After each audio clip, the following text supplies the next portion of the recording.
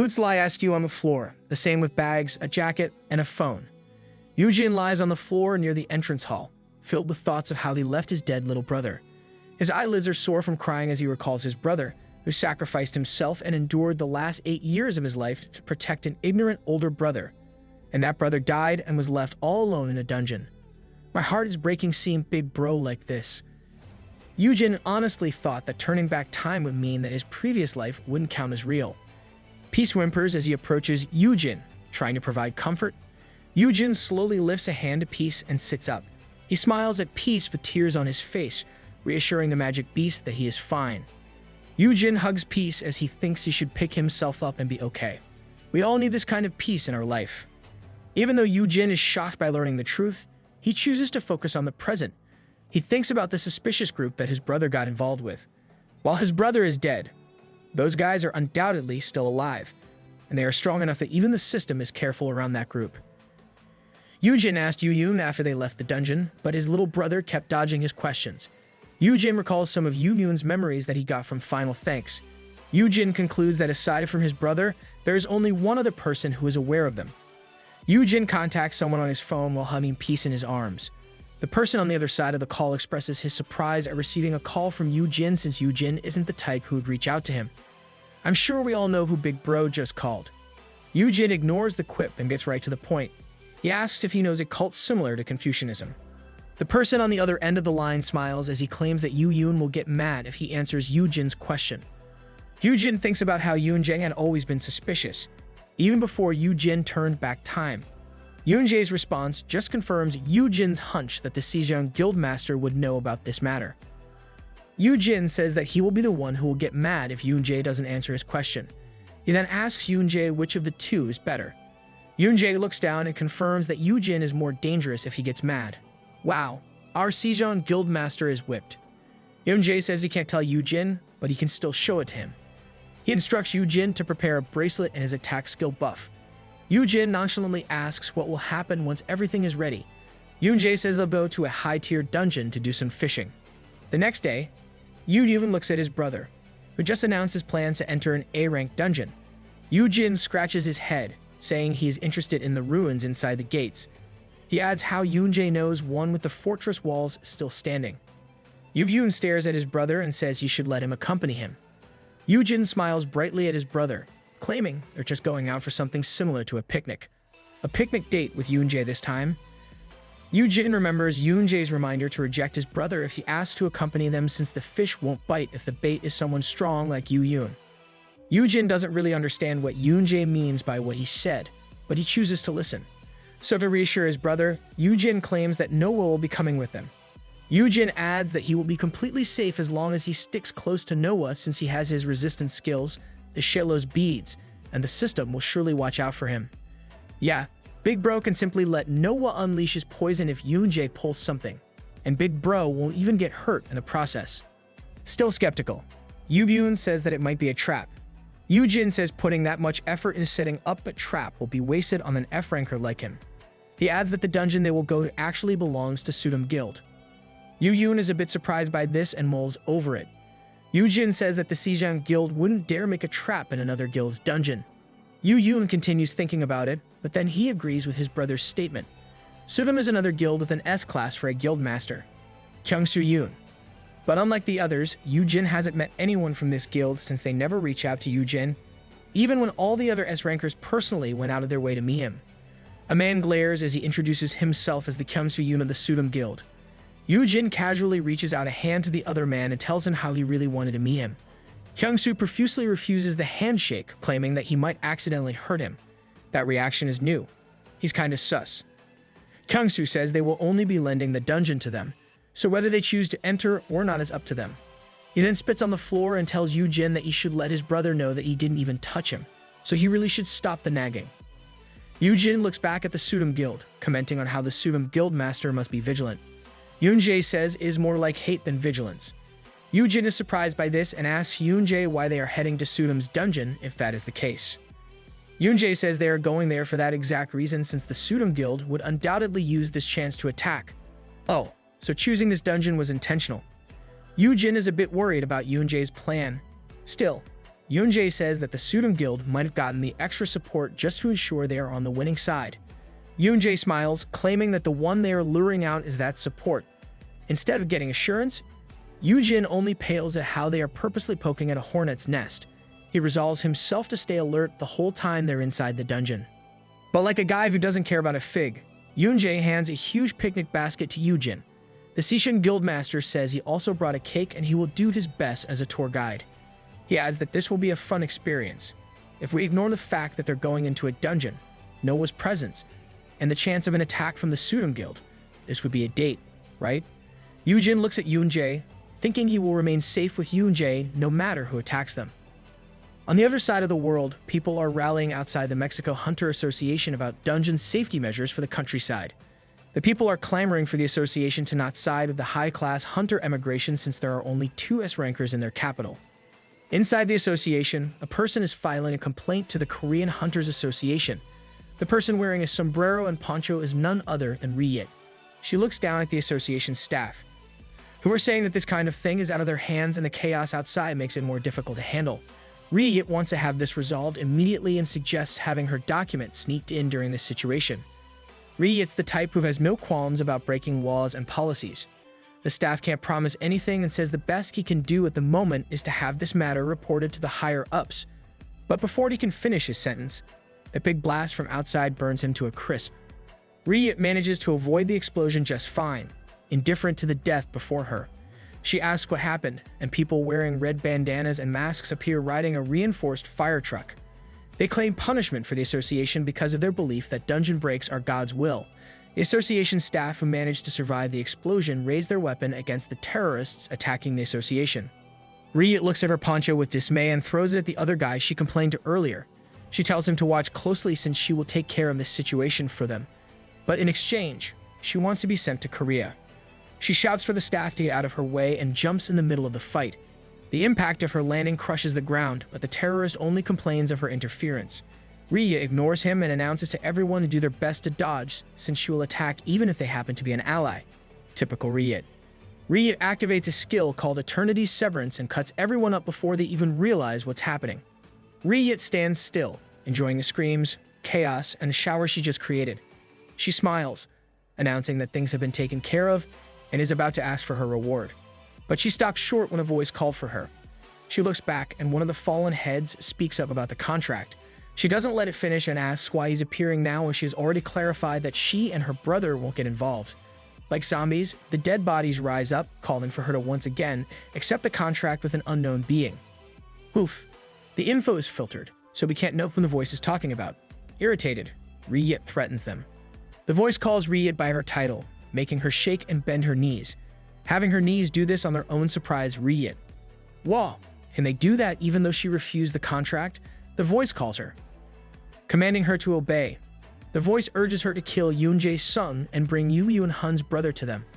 Not taking a single liking to the action of getting forced, Ri-yit musters up her power to stand and slash the enemies before her.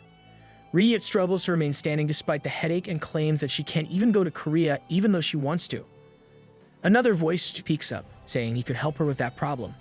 Ri-yit looks back and identifies the other person as Sukwon Choi, the guildmaster of the MKC Guild. Why am I not even surprised that this guy is involved? Sukwon claims he has prepared a private jet since he was instructed by the same voice Ri-yit spoke to earlier.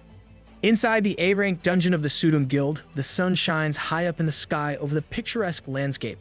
But if you look down below, there are carcasses of monsters that were poisoned to their deaths. Noah flies above in his complete dragon form, confirming they've eliminated all the monsters near that area. He looks over at Yoon-jae and Yoo-jin, wondering if leaving Yoo-jin alone with that man was the right choice.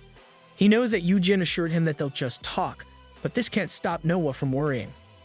Yoon-jae and Yoo-jin look over the lake, and Yoon-jae goes into tour guide mode, spouting random details about the lake. With a bored look, Yoo-jin eats a sandwich from the picnic basket they brought and asks if Yoon-jae really measured the lake to give those details. Knowing that he can't fool Yoo-jin, he comes clean by saying he made it all up. This makes Yoo-jin comment that Yoon-jae is more of a fraud for claiming to be the tour guide. He adds that if he can connect to customer service, he'll have Yoon-jae fired for doing an awful job. Getting playful, Yoon-jae acts like a personnel of the Sejong Guild's customer service who answers the call from Yoo-jin. This clown act can't stop Yu Jin from cringing with disbelief at this kind of conversation he's having with the Sejong Guildmaster, who's known as the strongest person in the world.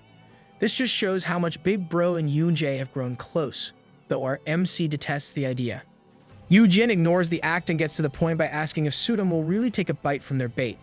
Yoon Jae says they will find out once the gate closes and adds that having Yu Jin as the bait means that they can take revenge against the Heian Guild. Yu Jin takes out more food from the picnic basket and asks Yoon Jae what happened between the Sudam Guild and Yu Yun. Now, it really looks like they are in the dungeon for a picnic.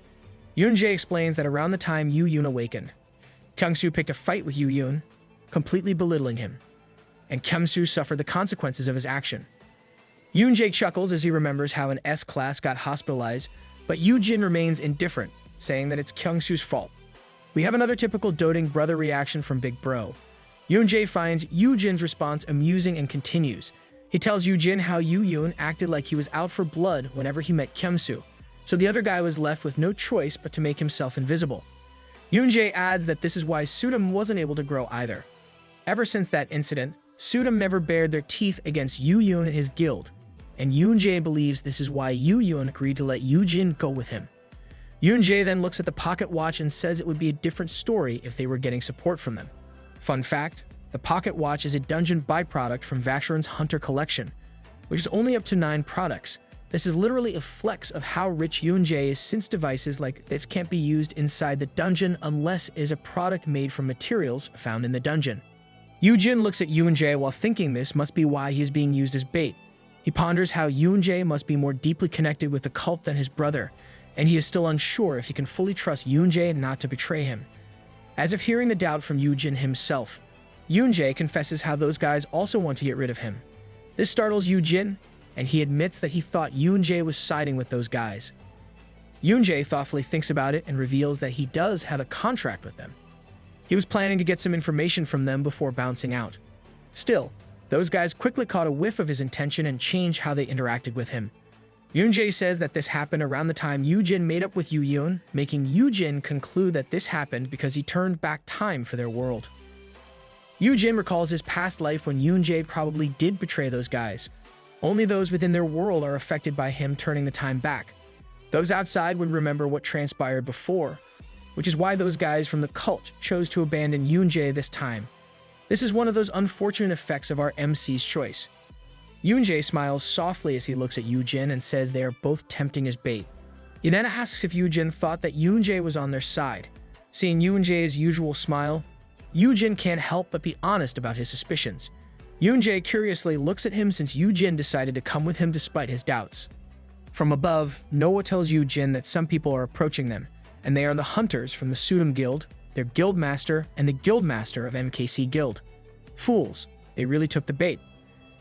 Yoon Jae brings out his golden chains, claiming that stopping by merchants is not part of the guided tour. He then mocks the two S-rankers, but Kyung-soo only tells him to come down and face them. Yoon Jae felt underestimated, but there's no hope for these two guild masters, who are overconfident and clueless. Kyung-soo pulls out a blue orb and uses it. With a flash of bright light, Yoon Jae's electric attribute skills are now useless, making the chains lackluster. Yoon Jae looks at his chains, explaining that they used an attribute sealing item, and admits that he hadn't expected this. Kyung-soo laughs at Yoon Jae while Seokwon compliments him for the amazing item.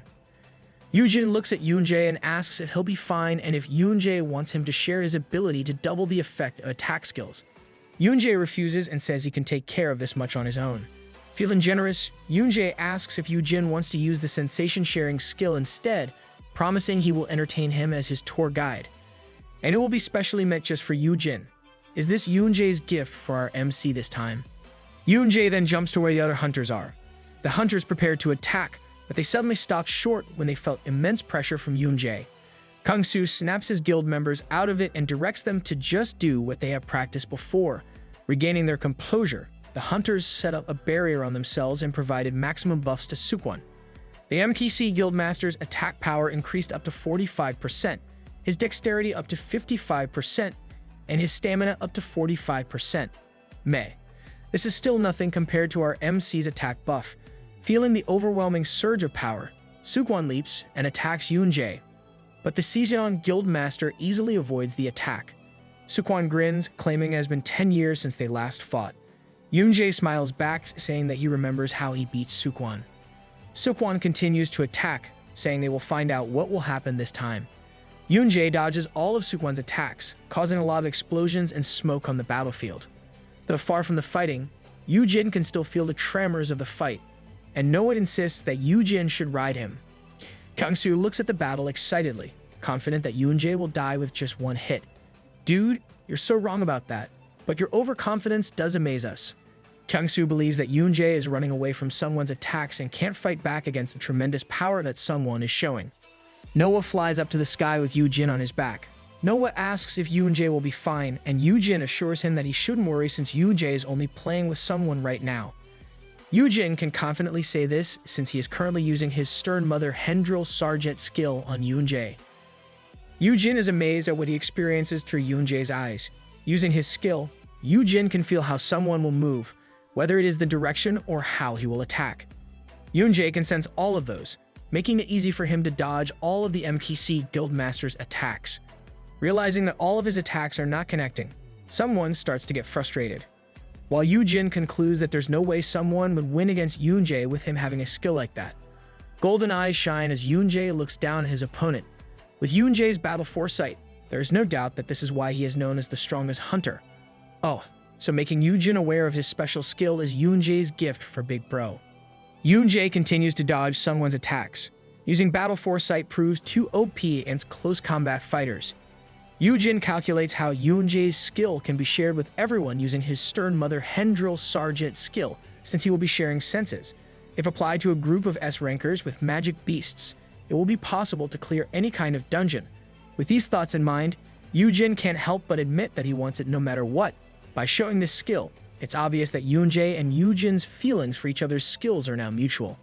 Still feeling confident, Kyungsoo commands the long-range hunters to join the attack. But the members hesitated because they might hit someone in the process. Someone is starting to get irritated with Yoonjae's dodging. Hence, Yoonjae decides to grant someone's wish and fights back. Though the chains are dull, Yoonjae uses them.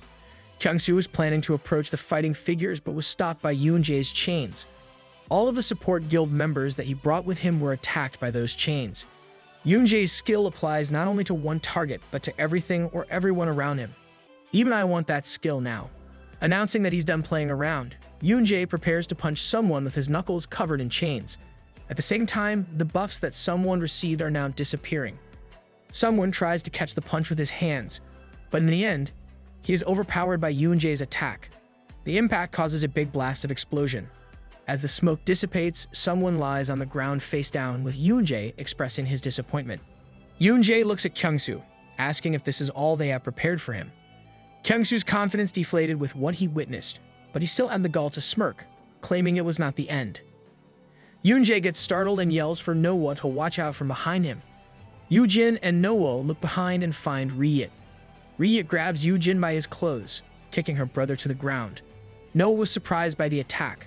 While Yoojin hangs by Ryit's hands, the effects of his skill Rao Chita's Bane get activated, doubling all of his skill effects against the title holder of the Dio Valchasis.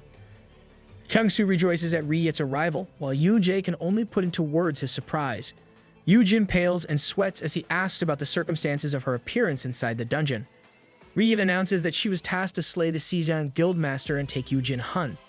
Yoojin demands to know where he is being taken while Noah calls for his sister. Ryit ignores her brother's call and says someone will explain everything to Yoojin later.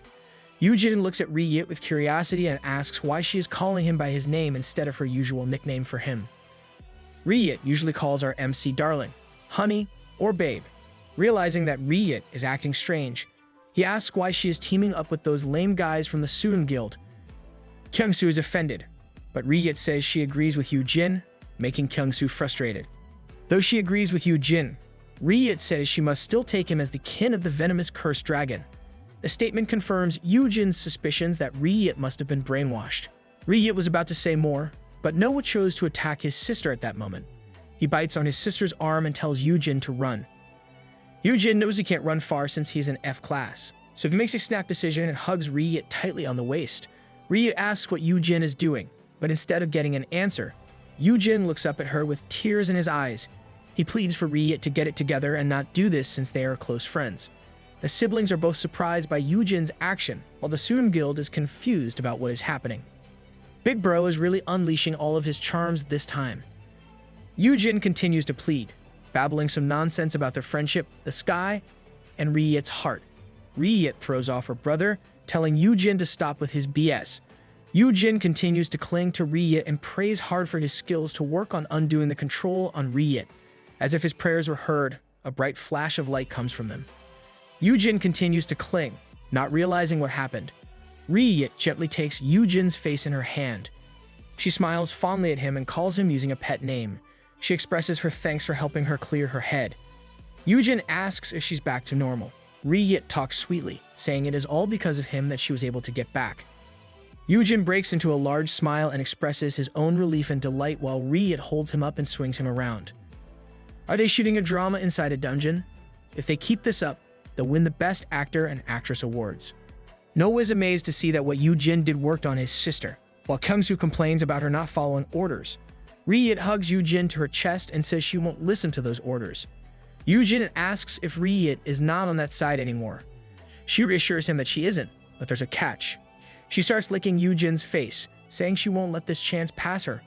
Riyit tells about her dream to become an evil dragon. And just like her brother, Riyit transforms into a dragon. But unlike Noah, Riyit's dragon form is more horrifying with its darker shade of skin, horns, and sharp teeth. Holding Yujin in her dragon hand, she announces the kidnapping of a princess. No, you're not wrong. The princess here is our MC. Yujin's face pales as he asks why her dragon appearance is so different when they were supposed to be twin dragons. Ignoring the comment, Riyit roars out loud, and Yujin can't help but comment on the fancy narration. Kyungsu and his guild members are confused at what is happening, while Yujin smiles, claiming that he should have also brought some popcorn. Yujin's fear resistance gets activated as Riyit instructs him to yell the princess line of asking his prince to save him. But before Yujin can even do so, not that he will, Riyit heads to the castle and maniacally announces her intention to take the princess. She challenges everyone to go to the top of the tower if they want him back. Kyungsu is still confused, while Noah can only call for the kidnapped princess. Yoonjae laughs, saying that this situation really did become a fairy tale. It's the complete package with a damsel in distress princess stuck in a tower, dragons, antagonists, and of course, the prince, which I'm guessing is Yoonjae. Before, dragons were only the stuff made out of fiction, with them being the finale of such adventurous stories. Different kinds of dragons became a reality when the gates appeared all over the world. So when Riyit became a dragon herself, she really wanted to become the type of dragon who takes and traps the princess in a tower. Yujin palely expresses how fun Riyit's dream is as he is held by Riyit's dragon hand. They reach the tower, and inside, Yujin sat on a bed, wondering how things turned out this way. Riyit poofs as she reverts back to her human form and asks Yujin if the tower is comfortable. Yujin panics, thinking that Riyit must be naked after her transformation. Riyit assures him that she is clothed, so he doesn't have to cover his eyes. Yujin is confused about how it happened, and Riyit explains that she just applied the curse skill. In the novel, it is described that she applied it to her equipment. Exasperated, Yujin tells her to tell that to her brother, but I doubt that it'll help since this Manuel loves seeing Noah in his baby suit. Riyit sits beside him and expresses her delight in finally making her dream come true. Yujin is depressed about becoming the princess in her story, but he still congratulates her for achieving it. Still feeling like she needs to play, she asks what she should do next in a creepy way. Yujin stops her, saying they must wait for someone to rescue him. He looks out the window where explosions are currently ongoing. He asks Riyit if she also contracted with that weird cult. Riyit shakes her head, saying she doesn't have it. Her answer confuses Yujin since it was obvious from earlier that Riyit must follow the orders. Riyit admits this also confuses her since she was sure she had rejected that contract. She probably made a contract in Yujin's past life, or it could be an effect of her title as the twin of Dio Valchisis. Riyit tells how she was approached right when she got awakened, but she rejected them right from the get-go. Acting cute, she says that the offer is lame as she might have accepted it if the proposal involves a fight where the loser must become the subordinate of the other. She shares that she kept rejecting them, and it even came to the point where they tried to use her brother against her. Yujin asks if they used Noah as a hostage because he's weak. Riyit confesses that happened, but they stopped once she beat them up every time. Is this one of the reasons she made sure Noah becomes stronger? She then says that they recently contacted her again while calling her the firstborn of the venomous cursed dragon Dio Valchasis and gave her orders. Ever since, she seems to be following those commands. Yujin asks if the one who commands her can control venomous cursed dragons, and Ri somewhat agrees. She adds the possibility that the one ordering her must also be a venomous cursed dragon since she feels the same ambience from them, similar to Yujin's. Yujin mulls over her words, thinking that Ri managed to break free from the orders. It says Yujin's curse resistance ability has a double effect against venomous curse types with the help of his other skill, Rao Chi Ta's Bane. He's relieved that it somehow worked when he tried. Lost in his thoughts, Ri pushes Yujin down on the bed, claiming she knows how special Yujin is. Trapped between her and the bed, Yujin looks away and tells her to get off. Dang, we're finally getting part 2 of this scene from chapters 57 and 58. Ri looks fondly at Yujin, saying she's just continuing from where they left off. Yujin tries to stop Ri, telling her to revert to her dragon form and simply hang outside the tower. But Ri has lost it, asking if Yujin prefers her dragon form. Yujin immediately denies this and yells for someone to save him. As expected, a hand grabs onto the window frame, announcing his arrival to save Yujin, the princess. Yunjae arrives smiling, with Noah flying right outside. Ri looks at them, disappointed that the princes of the story arrived just in time. If there are 2 princes, does that mean the next installation of the story is a fight between the 2 to win the hand of Princess Yujin? Yujin's soul is relieved at their arrival. Still, the innocent dragon covers his eyes upon seeing his sister in an awkward position with the princess. Yunjae can't help but ask if the story is supposed to be 18+, but Yujin just cuts him off, asking to be saved. Hearing the princess please, Yunjae pulls out his chains, which are now back with their golden hue. Yujin, still worried about how things will turn out, denies his role as a princess. Ri asks if Yunjae intends to use his skill against her. Yunjae gives her a smile, announcing how he dealt with the side dish, so it is only natural to have the main dish next. Ri holds Yujin down on the bed with one hand. With the prince's arrival, she announces her intention to play as she takes an item out of her inventory and leaps to where Yunjae is. Yujin complains about how these unruly S-classes are fighting again, and now they are doing it within the castle. Yujin tries to warn them, but his words fall on deaf ears, and the place gets destroyed, making our MC fall off the tower. Good thing Noah catches him in time. I bet it's one of those S-class things that make them want to fight with those of the same rank, so this is nothing serious. With those 2 natural-born S-rankers unleashing their full power, there is no doubt they won't be able to stop them. Noah reassures Yujin that those 2 are only having some fun, and it would have been worse if those 2 fought while his sister was still not herself. Yujin can only agree, and he is relieved that the opponent who controlled Ri was another venomous cursed dragon.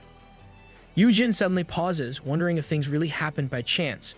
Yujin recalls meeting Inky, the C-rank Creek from chapter 37, dismissing that as a coincidence, but he knows for sure that the cult deals with venomous cursed dragons, while Dio Valchasis exists this time around. Yujin can't help but think that the Rao Chi Tas that appeared in the D-grade dungeon before he turned back time has something to do with, did that dungeon incident from his past life happen because of those Confucianism guys? Yujin ponders this and asks Noah for details on how they got the Dio Valchasis title. Yujin can't shake the feeling that all of these are no mere coincidence.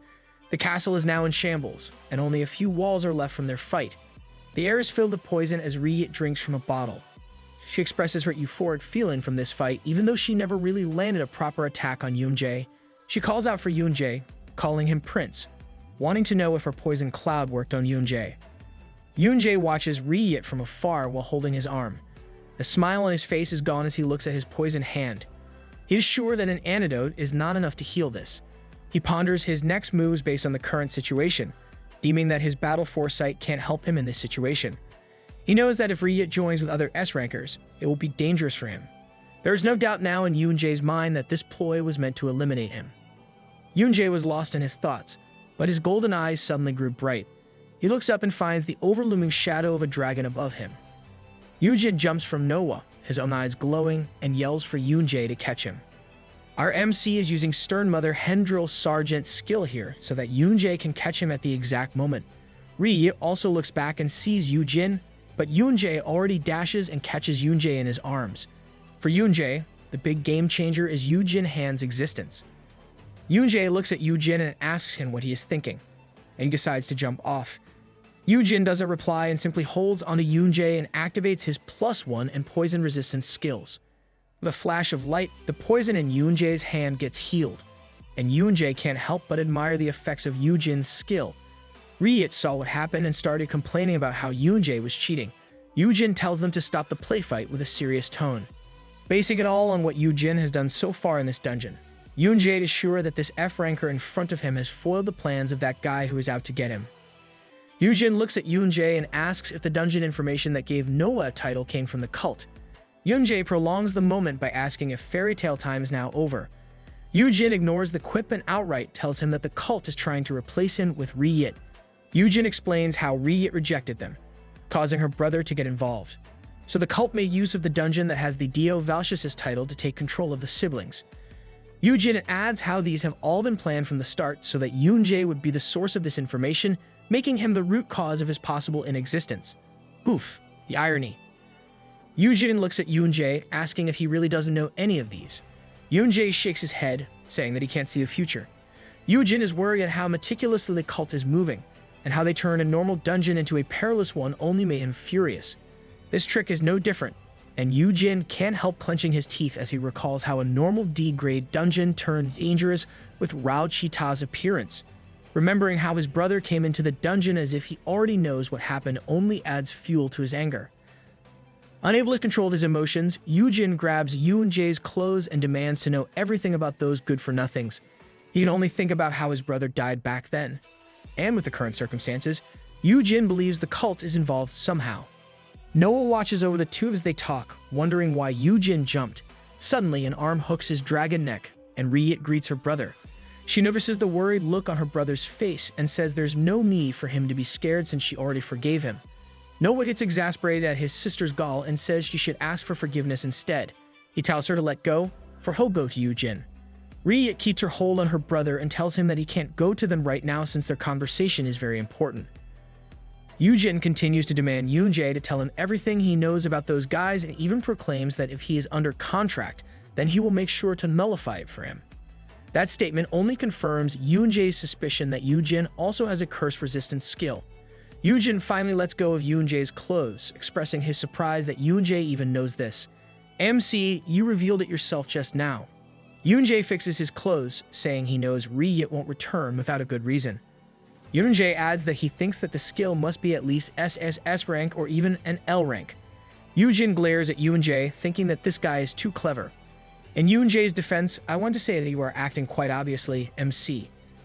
Yujin mulls over the fact that he must find out everything he can about that cult, even if he has to show his cards to Yoonjae. He makes his decision, revealing that the skill is L rank, and is confident that he can break the contract for him. Yoonjae admits that Yujin's skill is amazing, but then he says it won't be enough. Yujin is surprised by that, so Yoonjae brings out the contract and shows it to him. Yoonjae explains that the contract itself is also an L class. With the two having the same rank, Yoonjae says that Yujin's skill won't be able to nullify it. He adds that his right arm and right eye are at stake in this contract. Yujin is enraged that Yoonjae would agree to such a contract. Ryit and Noah continue to watch over the two of them as they discuss it. Yoonjae claims he would be safe as long as he doesn't talk about them. Yujin is worried that those guys might have offered his brother the same kind of contract. Refusing to give up, Yujin reveals another skill of his that lets him double his skill effects against venomous cursed dragons. Yoonjae says that Yujin is truly impressive, but he questions whether this will be effective. Desperate to get some hard fact answers, Yujin claims that he will take responsibility. He says he will do anything to pay him back as he gets close to the contract. But before he even does so, Yoonjae grabs him by the neck. Noah wants to fly over, but Ryit stops him. Yoonjae gets serious as he tells how much he likes Yujin. That's right, people. This is a confession, albeit ruthless. Yoonjae says that his like for Yujin is not enough for him to risk his own body. A strong intimidation from Yoonjae activated Yujin's fear resistance. Yujin talks back at Yoonjae, saying that losing an arm and an eye won't put his life at risk. Yujin knows that Yoonjae is curious about him and that his value is more than what Yujin even believes. As if to prove his point, Yujin says that Yoonjae only signed that contract because he doesn't want to be ignorant. Wanting Yoonjae to risk it all for him, Yujin says that there are still a lot of things that he is hiding. He tells Yoonjae that there are still a lot of things for him to discover and enjoy. Yujin will let Yoon-jae use him. That is how desperate he is to know about those who killed his younger brother. Yoon-jae finally lets go of Yujin, hoping that everything Yujin told him is the truth. He shows the contract once again and claims that he is nervous since it's been a while since he last gambled. Yujin asks if Yoon-jae permits it and wants to get over it by ripping the contract. That would be satisfying. Yoon-jae stops Yujin short, reminding him that even if Yujin succeeds, he should remember that Yoon-jae did risk his eye and arm for him. Not missing this chance, Yoon-jae announces that he looks forward to how Yujin will repay this debt. Yujin says he won't forget it, even though he's annoyed that he now owes Yoon-jae. The two bat into position, with Yujin placing one hand on the contract and another on Yoon-jae. The siblings watch over. Noah wonders if Yoon-jae will be okay, while his sister is excited to see an arm fly off if it fails. Yoon-jae then starts talking about some parents who want to end the world and children who wish for their parents' dreams to come true. Yujin is a bit confused by what Yoon-jae is saying, but Yoon-jae only continues. He says that it is their goal and how he would describe those guys.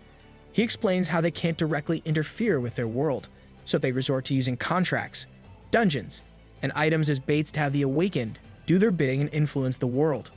All of these are for the goal of destroying the world. Yujin is surprised at Yoon-jae's revelation. He is confused as to why anyone would sign such a contract that leads to destruction. Yoon-jae says that the world is already on that road with all the new gates and stronger monsters that are appearing. Yujin recalls how the system told him the same thing before, while Yoon-jae continues telling about how those guys told him they would help the contractee leave the dying world. That's sus. It is kinda similar to the system's plan for Chapter 55, of sneaking Myung-woo out when all things fail because of his ability. Yujin watches as the contract reacts to Yoon-jae's words. Yoon-jae compares it to a lifeboat where they will save the contractees if they do what the other party wants. He summarizes it as a form of collecting subordinates to hurry the impending destruction, while simultaneously getting rid of the key that stops them. It is most likely that the key is our MC. The contract reacts more aggressively to Yoon-jae's words, but Yoon-jae is not yet done. He announces that what he just revealed is the goal of those who are called the filial piety addicts. Oh, so this is why Lil Bro mentioned Confucianism before in Chapter 75. Filial piety is one of the core teachings of Confucianism. Getting back to our story, the contract breaks into pieces with those last words from Yoon-jae. The curse gets activated due to its violation. Simultaneously, Yujin's curse resistance also activates. Like what Yujin suspected, the skill effects of Rao Chita's Bane applied, doubling the effect of his curse resistance skill. The notification announces that the opponent is the venomous curse Dragon King's master, but its name has been left out. Yoon-jae looked at his arm, relieved that he didn't lose an arm and an eye in the process. He's about to say they have won, but stops when he sees the look on Yujin's face.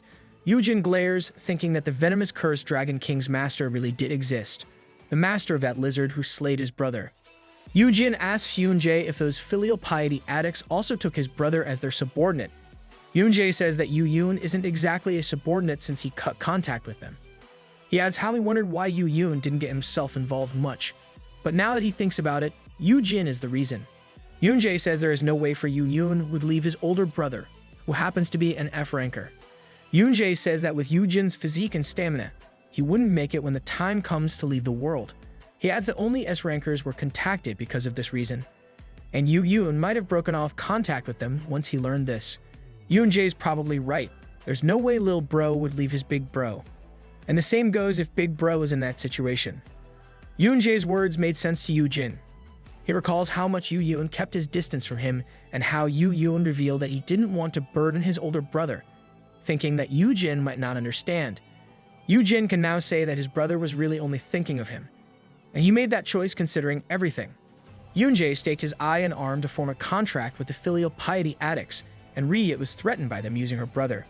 In this case, you can say that Riyit made better choices than Yoon-jae. As Yu-jin thought of those, he knew that there was no way Yu-yoon could take Yu-jin, and even after cutting contact with them. Yu-yoon knew that Yu-jin might still be at risk, and if Yu-yoon can't talk about the contract, then this only means. Yu-jin's line of thought was interrupted when a lizard-like hand grabbed his leg from the ground. The hand inflicts injury on Yu-jin's leg, and with a bright burst of explosive light, a lizard-like being climbs out of the ground. The humanoid dragon appears in its full form while still holding onto Yu-jin's leg. The being looms over Yu-jin, and Yu-jin thinks this happened because of the broken contract. The humanoid dragon glares at Yu-jin with intimidation. Riyet dashes to where Yujin is telling her brother to stay back. She yells at the lizard to let go of Yujin and attacks it. Still, the humanoid dragon instantly changes its location, confusing Riyet. The humanoid dragon doesn't stop there and attacks Riyet with its tail. Noah calls for Yujin, but Yujin shouts at him not to come near them. Yujin gauges the situation as something that even a natural-born S-ranker can't handle. He uses the promising Sprout skill on the enemy. He determines it to be a Tier 2 ancient dragon species of venom and curse named Vicus. It only has the possibility to awaken as an S-class, but it awakened as an SS class instead. Some of its skills are Dragon Scale and Molten City, which are both SS rank. Poof, something OP came out of the ground. Riyet complains about their current situation while Yunjae can't come up with a way to fight back. He suddenly stops and looks at Yujin, who is still held captive by the enemy.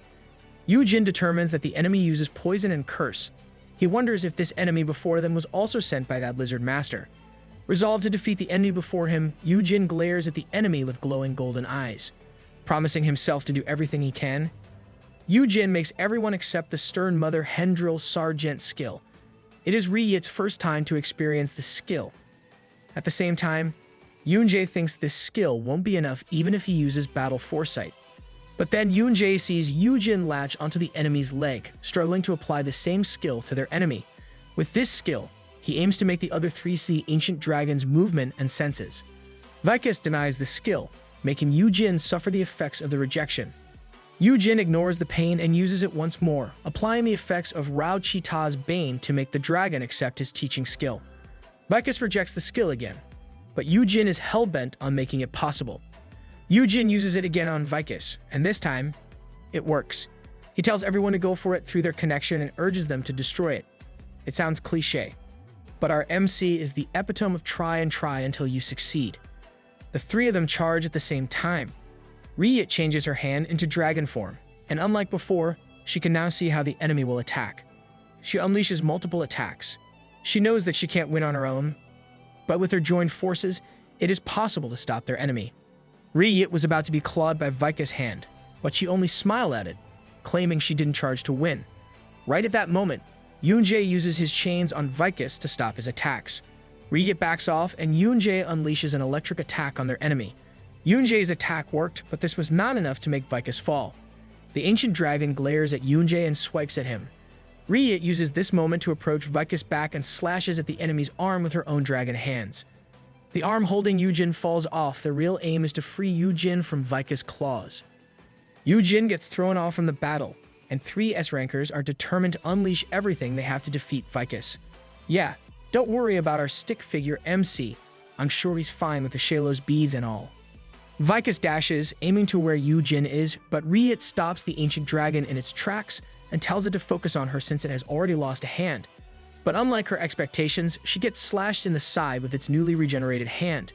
Riyet is surprised that instead of making a continuous attack, Vicus crouches down and charges up.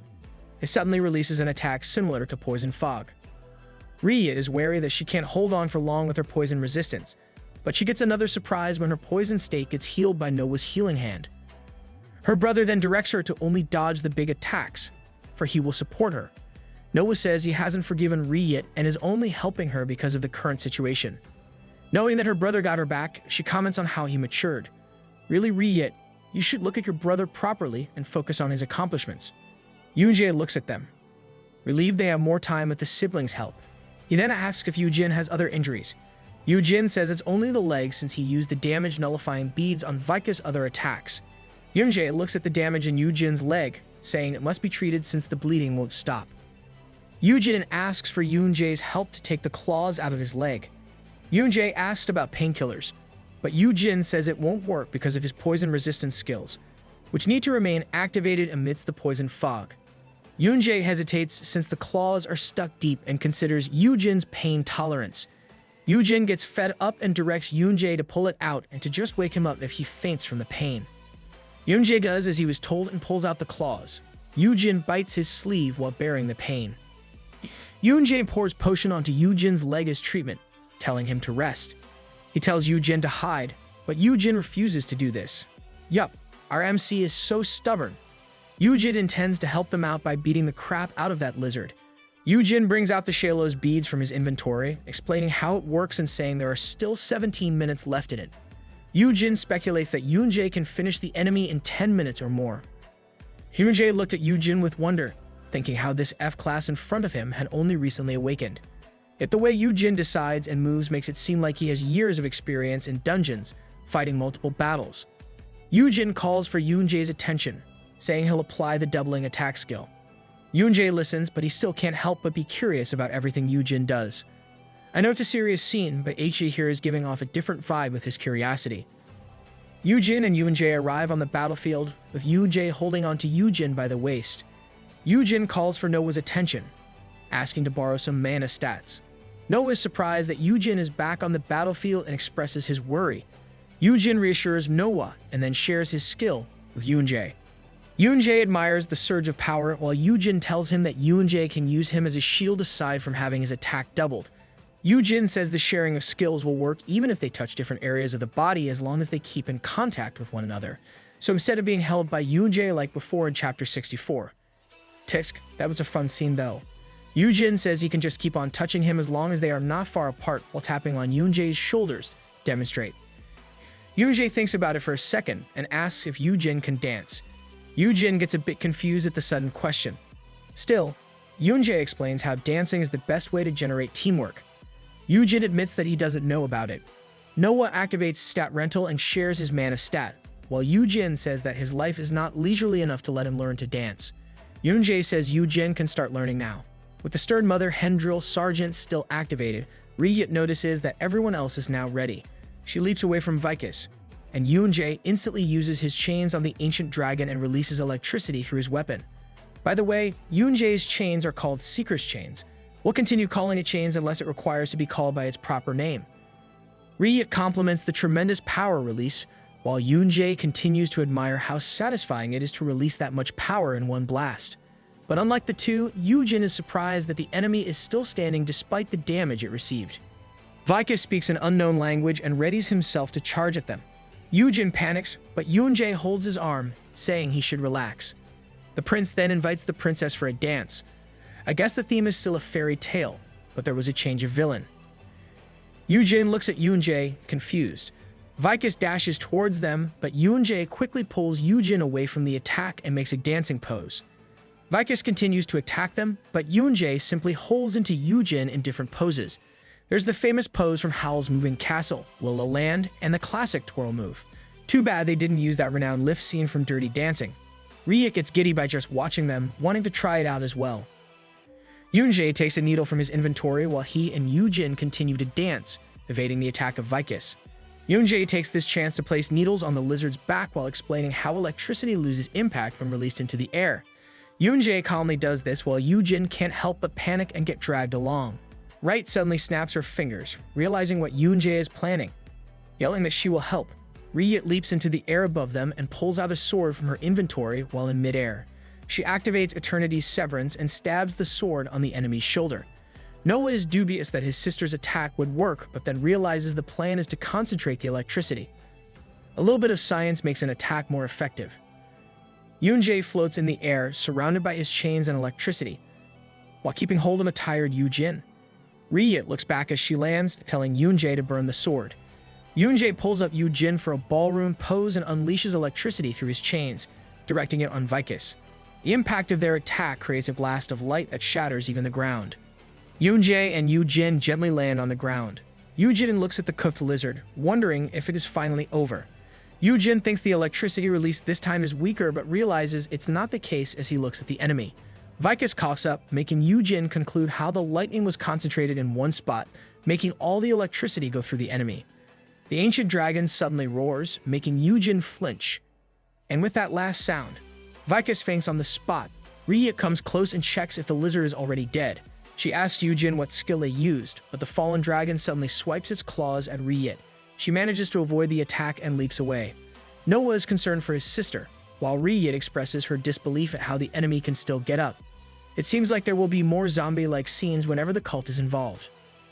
Yunjae thinks it's moving through sheer willpower, but Yujin believes otherwise.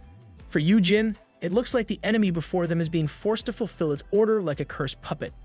Yoon-jae releases another blast of electricity on the enemy, making it cough up more. Yoo-jin can only imagine how his brother got involved with such beings as the enemy crawls its way to them. Words come out of Vicus' mouth, but they can't understand what it is saying. Yoon-jae asks if it is really okay to approach it, and Yoo-jin says it's fine since it can't get up anymore.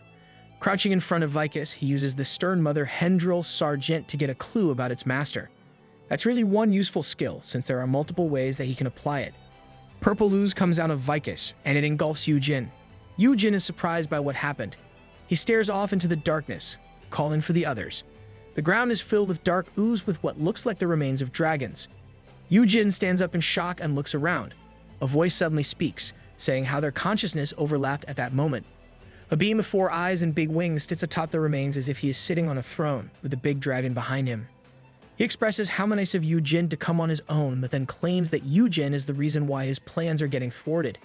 The being then talks about Vicus, making Yoo-jin ask if this guy before him is the master of the venomous cursed dragon.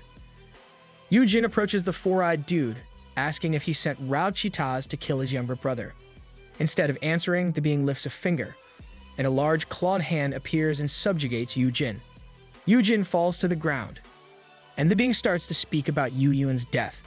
The 4-eyed dude approaches Yoo-jin and admits he didn't expect it to turn out that way. He didn't answer our MC's question, but based on the current circumstances, the 4-eyed dude is probably the one who's pulling the strings all this time. He takes hold of Yoo-jin's face while saying that it was supposed to be him who should have died at that time. The 4-eyed dude reveals how that dungeon was specifically created to slay Yoo-jin since he is the only reason why Yoo-yun won't cooperate with them. Yoo-jin asks what he means, and the 4-eyed dude tells him how Yoo-yun chose death because Yoo-jin is alive. These words make Yoo-jin clench his hand into a fist. Looming over him, the being spites Yoo-jin by telling him how Yoo-yun would have survived if it wasn't for him. He says how Yoo-yun would become stronger if he had accepted the contract he offered. The being adds that Yoo-yun might even have the freedom to choose even if he didn't enter into a contract with him. He continues to guilt Yoo-jin by saying how Yoo-yun was tied down to a fragile burden like him and how he is nothing but an obstacle for his brother. He reminds Yoo-jin how Yoo-yun wouldn't have died if it wasn't for Yoo-jin, guilting Yoo-jin that he got in the way of his brother's life, and here he is, still alive. At those words, Yoo-jin recalls old memories of how people talked about how he got abandoned by his brother for being an F-class, how his brother reprimanded him, and that same brother's death. Yoo-jin confesses that he has no right to live as he holds onto the leg of the 4-eyed dude. Yoo-jin looks up at him, saying it is the exact reason why he's aiming to get revenge on the master of that lizard who killed his brother. And this is where our MC's redemption story turns into a revenge story. The 4-eyed dude mocks him for being an F-class who can't do anything, but Yoo-jin talks back at how this same F-ranker destroyed his plans twice already. Yoo-jin does the mocking this time, saying how a lizard turned into sushi while the other got cooked. The big dragon crushes Yoo-jin and throws him off, but this doesn't stop Yoo-jin from blabbering about how he should have brought those lizards' bodies just to show him. Despite the attacks Yoo-jin continuously receives from the dragon, he still sassily talks about how he can blame his class, yet the 4-eyed dude can't even do the same. Yoo-jin laughs despite the bleeding. Based on what he just witnessed, the 4-eyed dude has no plans to kill him. He takes advantage of this to infuriate the other by talking about how he got scammed by Yoon-jae and how Ri-hit won't even join his side. Yoo-jin knows that the other needs something from him. That's why he continues to sass about how the enemy should be called a stupid king instead. As if recalling things from Yoo-jin's words, the 4-eyed dude asks how Yoo-jin undo his commands. He grabs Yoo-jin by the hair and asks how he even defeated Rao Chitaz. He asks if the immoral people helped him. They're called immoral people in the novel translations. We're applying that here since it follows the context of Yoo-jin's next lines. Back to the story. Yoo-jin doesn't know who he is talking about, so the 4-eyed dude told him that the immoral people created and managed the system. Yoo-jin laughs at the nickname and asks if they are called that because they want to stop the world from destruction, which is against the goal of the filial piety addicts. The 4-eyed dude surmises that Yoo-jin knows them based on his reply. He then asks him why they would intervene on an F-ranker like him. From the guy's question, Yoo-jin now knows what kind of information the 4-eyed dude wants, and it concerns Yoo-jin's title and skill. With this knowledge, Yoo-jin is sure that he won't be killed until that guy learns the answer. Realizing this, Yoo-jin gives him a finger, mocking him for expecting an answer. Yoo-jin chooses to look for an opportunity while stalling for time. Still, The dragon holding him suddenly bites his arm off, and Yu-Jin screams in pain. It's the four-eyed dude's turn to mock Yu-Jin. He tells him to look closely since his arm is still there. Yu-Jin looks, and just like the other guy said, his arm is where it is supposed to be. Yu-Jin is confused, but other dragons start biting him before he can even ask. As if reading Yu-Jin's thoughts, the other dude explains how they are inside his mind and not reality. What's with villains lately? They are outstanding when it comes to explaining how things work for the MC. The four-eyed dude says that since they are in his mind, he can use this to make Yu-Jin eternally suffer without really dying. Using his blood, he releases another dragon. He tells Yu-Jin that if he chooses not to answer, then he will just make him reveal it by looking at his memories. Yu-Jin tries to look for Deshailo's beads, but the other tells him that items can't be used in that space since it is not reality. The four-eyed dude then questions if those immoral people gave him those beads, and he thinks that Yu-Jin won't be able to defeat Rao Chi-Taz with just that. He urges Yu-Jin to answer while the newly summoned venomous cursed dragon aims for his head. Yu-Jin refuses and tells the other that he should figure it out on his own and cusses at him. With that, Yu-Jin gets devoured by the dragons, but since the place is not reality, Yu-Jin is still alive, and he can't help but think again just what kind of people his brother involved himself with. Outside, in reality, Yoon-jae, Ri-Yit, and Noah are looking at Yu-Jin's current state. Yoon-jae says that Yu-Jin also passed out back then. Noah asks if Yoon-jae did something to Yu-Jin and mentions how he heard about him taking Yu-Jin in the dungeon. Ri-Yit says this is a problem since she also wants Yu-Jin for herself. Yoon-jae brings out his chains while claiming how normal it is to have ants swarm around a candy. Noah tells them to stop, saying that this is not the right place or time for them to fight. He adds that they should also focus on clearing the dungeon, earning him a compliment from his sister. Yoon-jae is quietly staring at Yu-Jin, and no one notices this. Yoon-jae then asks if Yu-Jin has always looked that way. Noah and Ri-Yit didn't understand his question, but Yoon-jae kept on thinking about how Yu-Jin was supposed to look 5 years older than how he looked right now. Yoon-jae is getting some sort of insight somehow. Back to where our MC's consciousness is, every piece of his memory is being dug out. Whether it is his first dungeon break, his brother going to a dungeon, his military service, fighting with others when Yu-Yoon is mentioned, him singing happy birthday for his brother despite their estranged relationship, getting injured, and his brother's death. The four-eyed dude finally discovers one of Yu-Jin's secrets, the Wish Stone. His enemy now understands how Yu-Jin turned back time and gained the curse-resistant skill for defeating Rao Chi-Taz. Yu-Jin is out of it, and he can't tell how long it has been since he got stuck there. But the four-eyed dude is still not yet done with him.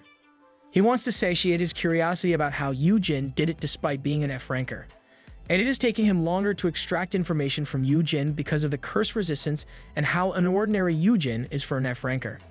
Yu-Jin knows that in a short while, that guy will soon know everything. He is annoyed at his own inability despite having the mastermind behind his brother's death before him. He questions his own weakness, knowing that his brother kept things from him for this exact reason.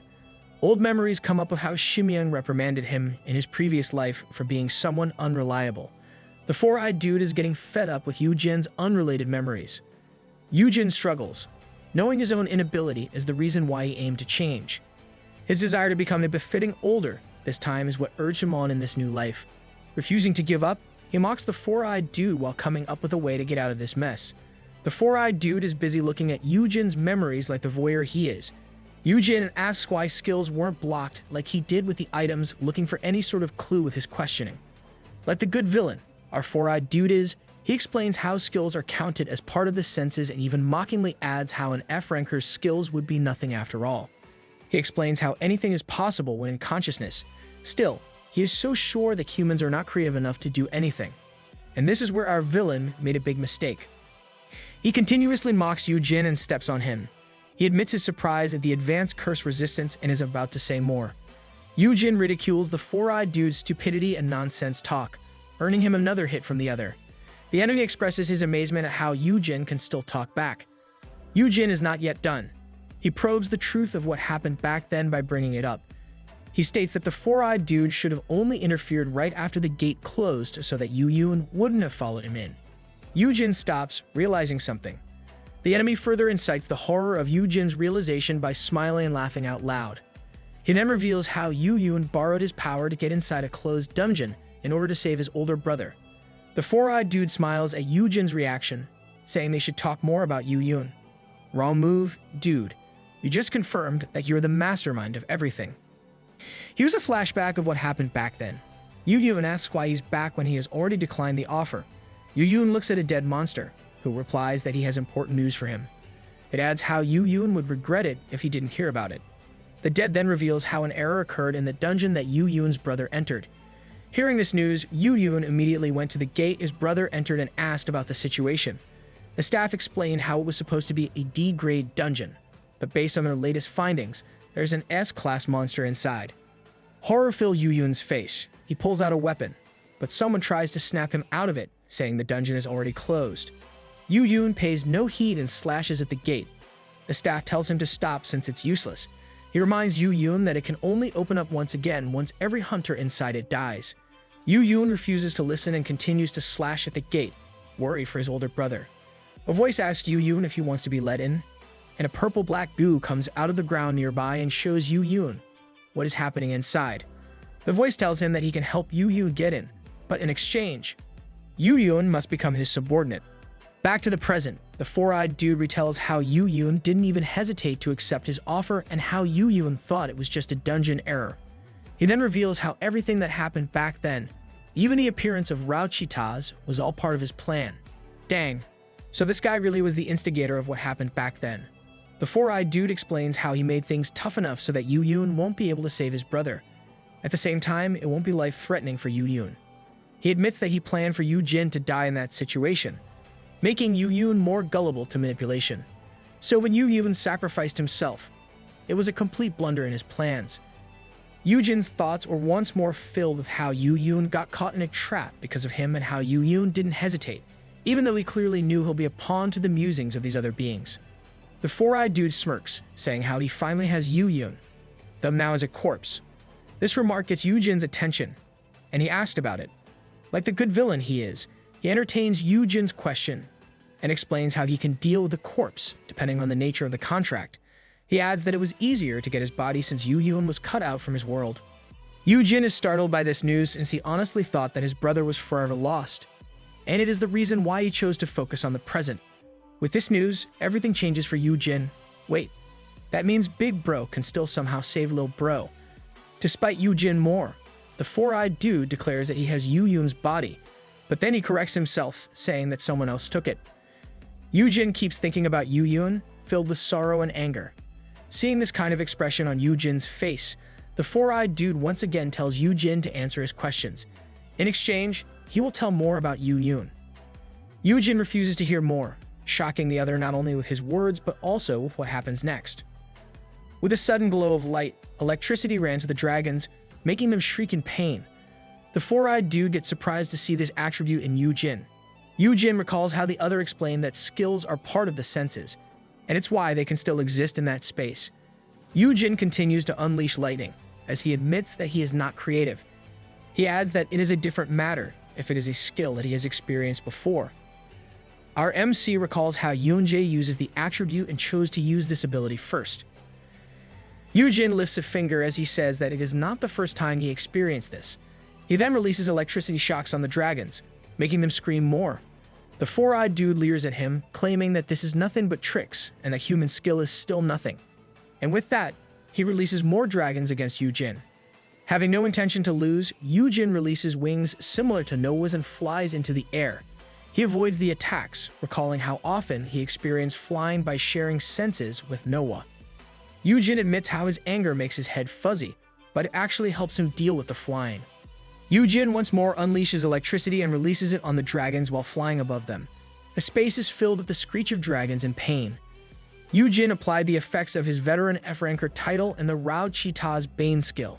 This doubled his attacks, and it is doubled once more for fighting against dragons of venomous curse type. Applying all skills he knows, there's no doubt our MC is OP in this space that relies on the use of imagination. The four-eyed dude is shocked by the overwhelming power that Yu Jin is releasing. Losing focus, the enemy's foot gets trapped in ice. Yu Jin used Yuram's skills, the Frosty Sigh and the Shadowless Day. Deeming it not enough, Yu Jin transforms his hands into a dragon's and directly hits his enemy with it.